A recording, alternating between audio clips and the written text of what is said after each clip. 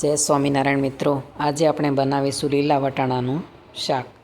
તો તેના માટે મેં 500 ગ્રામ વટાણા લીધા છે અને તેના ફોતરા કાઢી અને તેમાંથી દાણા કાઢી લીધા છે અને એક ટામેટું લીધું છે અને થોડી લસણની પેસ્ટ લીધી છે 1 ચમચી જેટલી. તો આપણે બનાવવાનું ચાલુ કરી દઈએ. તો ગેસની ફ્લેમ ચાલુ કરી અને તેની ઉપર આપણે કુકર મૂકી દઈશું અને તેમાં 2 પાવડા જેટલું તેલ ઉમેરીશું.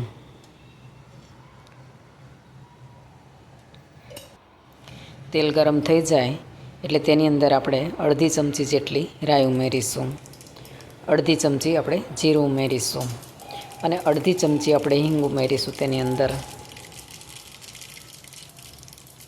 અડધી ચમચી અંદર હળદર ઉમેરીશું અને 1 ચમચી જેટલી આપણે લસણની પેસ્ટ ઉમેરી દઈશું અંદર. હવે પછી તેની અંદર આપણે વટાણા ઉમેરી દઈશું. દાણા ફૂટે છે એટલે આપણે થોડીક વાર કુકરનું ઢાંકણ આડું રાખીશું એટલે ઉડે નહીં બધે.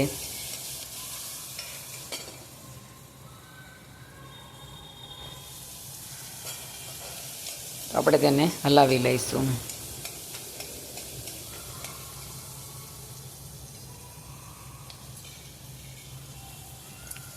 હવે તેની અંદર આપણે ટામેટાં ઉમેરી દઈશું.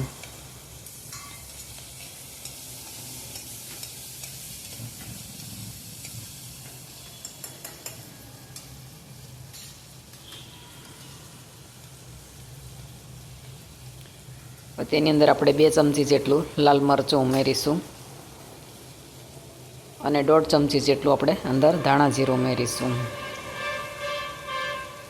અને 1 ચમચી જેટલું આપણે મીઠું ઉમેરીશું સ્વાદ પ્રમાણે.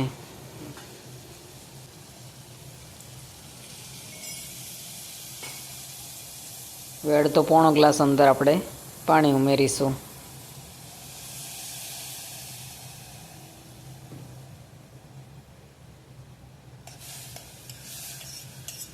પછી હલાવીને બધું આપણે મિક્સ કરી દઈશું.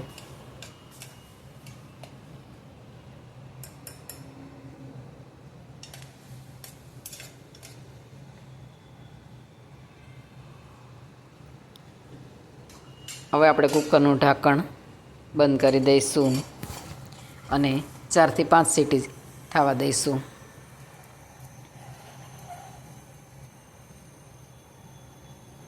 તો આપણે 4 થી 5 સીટી થઈ ગઈ છે અને શાક બનીને તૈયાર થઈ ગયું છે. તો તેને સર્વ કરવા માટે આપણે એક વાટકામાં કાઢી લઈશું. તેને આપણે એક વાટકામાં કાઢી લઈશું.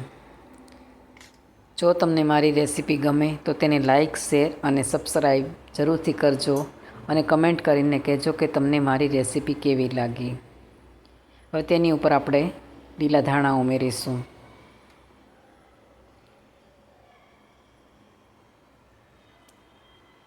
તો આપણા લીલા વટાણાનું શાક તૈયાર છે.